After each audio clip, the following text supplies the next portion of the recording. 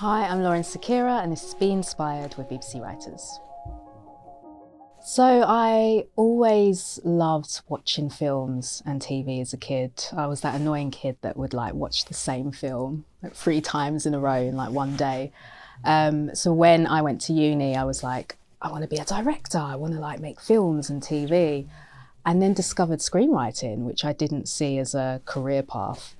So studied that, and then when I graduated, I was stuck in my student job for many years and just kept writing scripts, sending them out, getting lots of rejections. And somehow my script sort of fell into the lap of Brian Elsley, who made Skins, and he was looking for new writers for Kiss Me First. And he read my script, had a meeting with me, and then hired me. And I didn't have an agent or anything, so I then got an agent, and my career just started from there.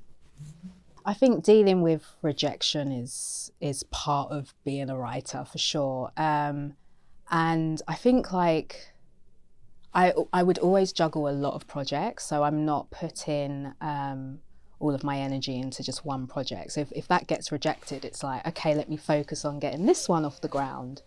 And a lot of the time it's things beyond your control. It's market trends, it's personal tastes of channels, and those tastes can change as well. As long as the script that I'm putting in front of them is me and stories I want to tell, then hopefully they'll find a home one day, is what I always try and tell myself. Yeah, I think it was when I really started doing my original scripts, and I did the BBC Writers Programme a few years ago, and that was such a cool scheme where you were sort of paired with a production company to come up with an idea for one of the BBC channels. And yeah, I just got to really work with my voice and stories I wanted to tell. And yeah, I feel like that was the moment where my confidence as a writer really grew. So I put a lot of people I know in my characters. I of course changed names and everything. But for me, I feel like that gives a layer of authenticity, and it just makes the characters feel alive for me. And it's about paradoxes in them where, what they want is complete opposite to what they need. And I feel like a lot of the conflict of any show or drama is putting those paradoxes together and getting them to fight each other. So yeah, it's a mixture of people I know and putting characters in very extreme circumstances that I hope I would never face in my real life. I love playing with the rules of the world in the supernatural genre. There are certain conventions that an audience would expect, which I did learn a lot about when I studied screenwriting. So sort of having that sort of foundation of knowledge, I guess, it's then you can play with rules and expectations of the audience. And I think the supernatural genre, you can talk about real world issues, but because it's not real. I mean, there are witches out there, but a lot of the magic in Domino Day is not real.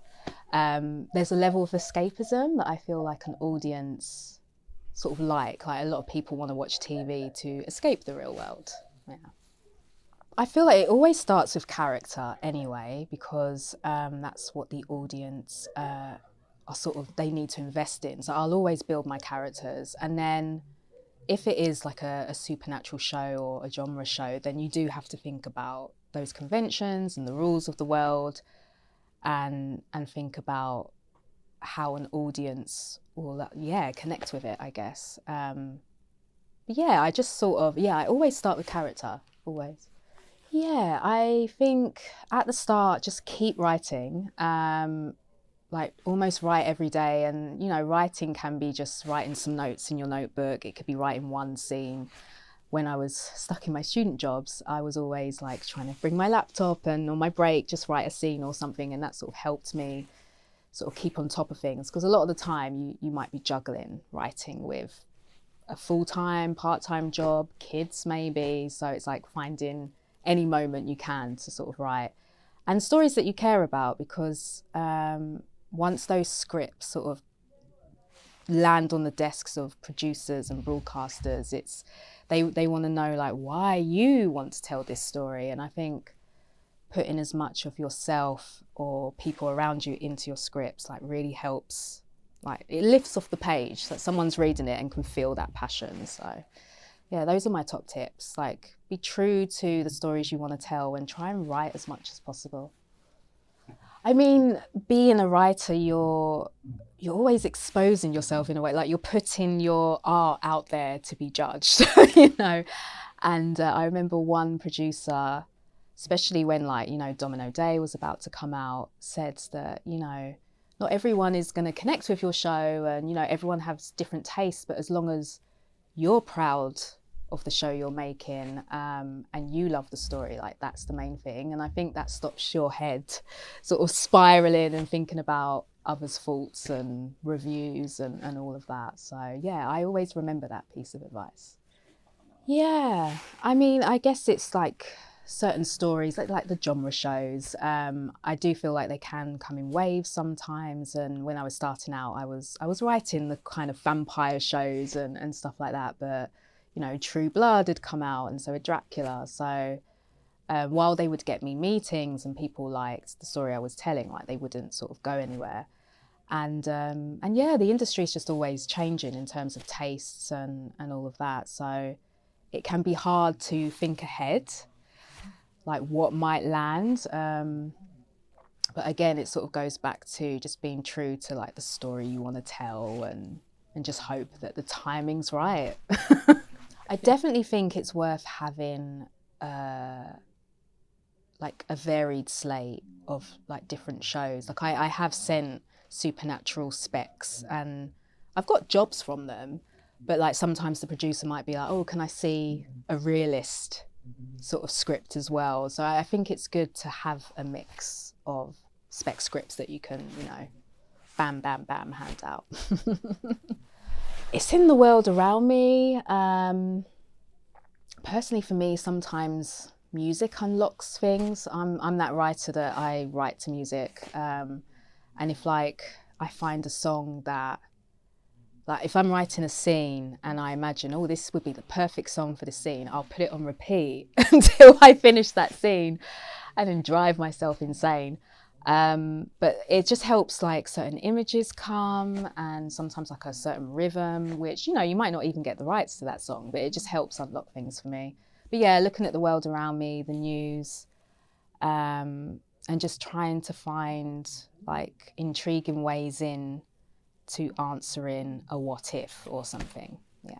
I mean, there was one song, and I'm so pleased that we got the rights for it, but it's there was one scene in the pilot with the character of Domino and the character of Leon, and it's like they're about to like get it on, and she's struggling with like her magic, and I put the song in the script, and when I wrote it, like I played it, and yeah, we got the rights, so it was amazing.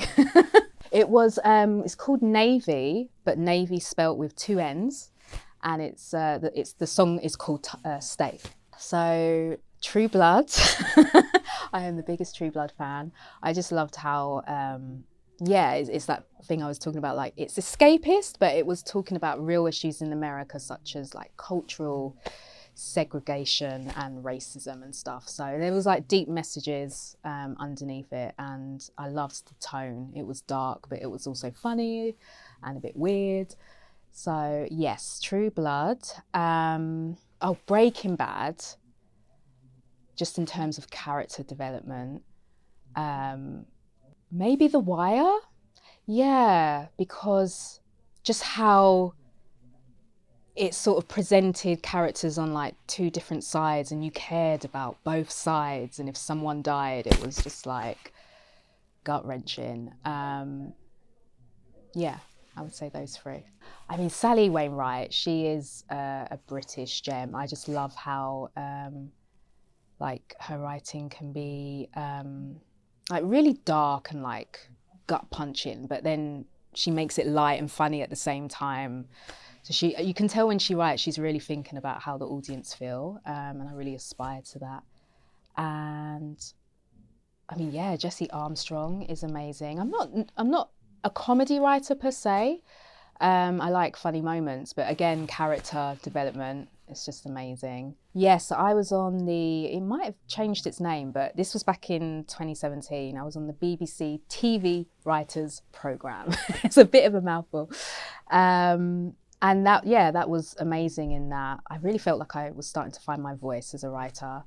And it was in a very sort of safe environment where, you were with other writers who were all doing their own ideas, but you also paired up with a TV production company who were experienced. And and we sort of had a rehearsed reading of like the 15 minutes from the script at the end, and it was just really nice to hear actors sort of act it out. And I feel like doing that programme really sort of got me on the radar of the BBC. That script ended up going into active development and, sadly didn't get the green light in the end. But then I think because I proved myself as a writer, Domino Day happened, and yeah, it was just an amazing experience. Yes, I do suffer from writer's block when I'm a bit mentally exhausted. I'm not gonna lie. So I feel like the way to combat that is get out the house or go for a walk, or, I see some friends or, some family or stuff.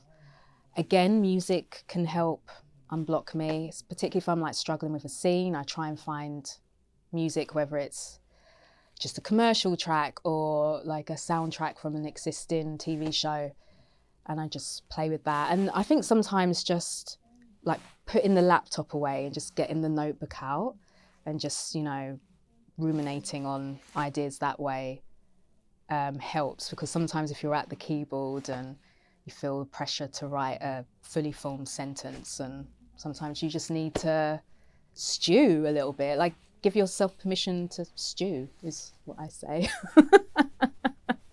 It's a weird choice of word.